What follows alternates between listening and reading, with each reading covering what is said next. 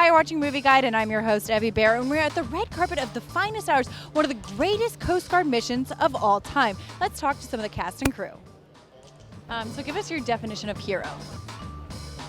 Well, I mean, I'd say someone like Malala, I have such great respect for. Anyone that can endure that amount of violence to their person and yet somehow not then define her life after that by that same amount of violence or need for retribution, but rather go about lovingly and compassionately, is really, there's some major soul ninja stuff happening there that I don't know if I'm fully tapped into, but I certainly would like to study. Definition of hero, I think anyone who does what they say they're going to do, and this film is an example of people who sign up to do a job and have to take the hugest risk possible, and they don't shirk it and they go out and do it. It's a great story. Do you have someone in your life that you would consider a hero to you? Oh, I've always looked up to my parents, but I really like just the everyday stories you get in the news about people doing amazing things. I think they're the most inspiring stories. Great, thank you. Character, this is the first time you're on a boat, right? Talk a little bit about it.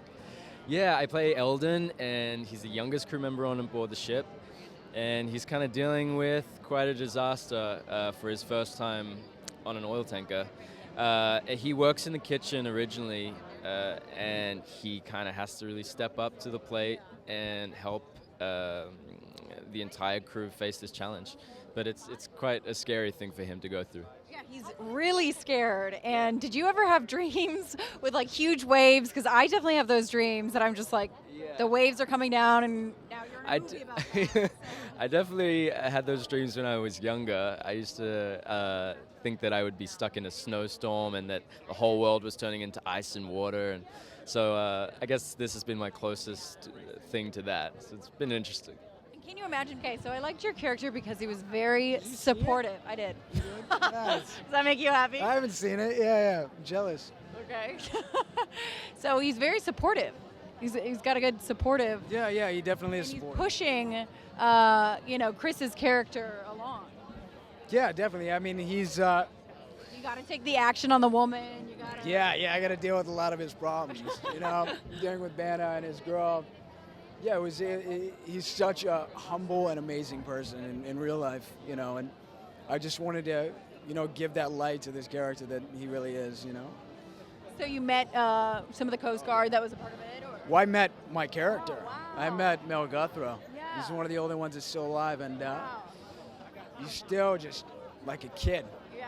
So it was an honor to play him. So talk about this experience for you.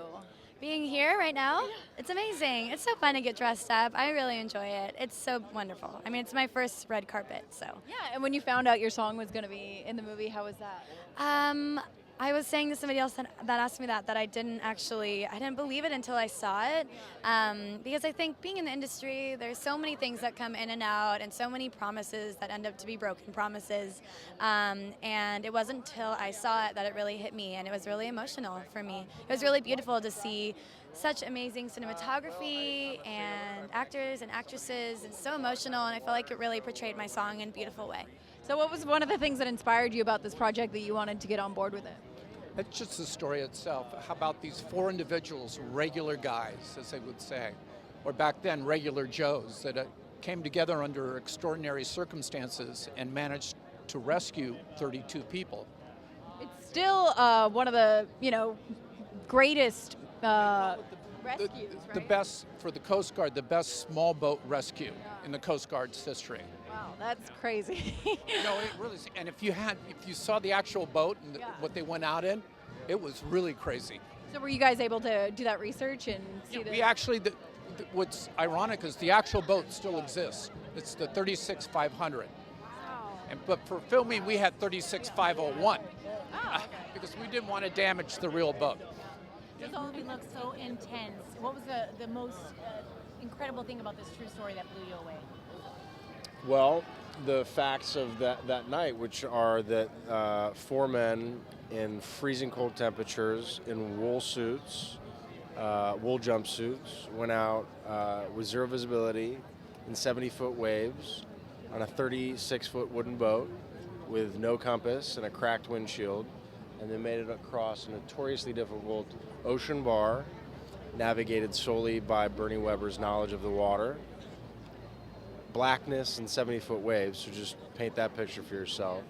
They've then found themselves next to a 4-story tall steel tanker split in half, saved 32 men off that boat in 70-foot waves with zero visibility, put 32 men on a small wooden boat that was only supposed to carry 12 people, and went all the way back to shore, and they only lost 1 man.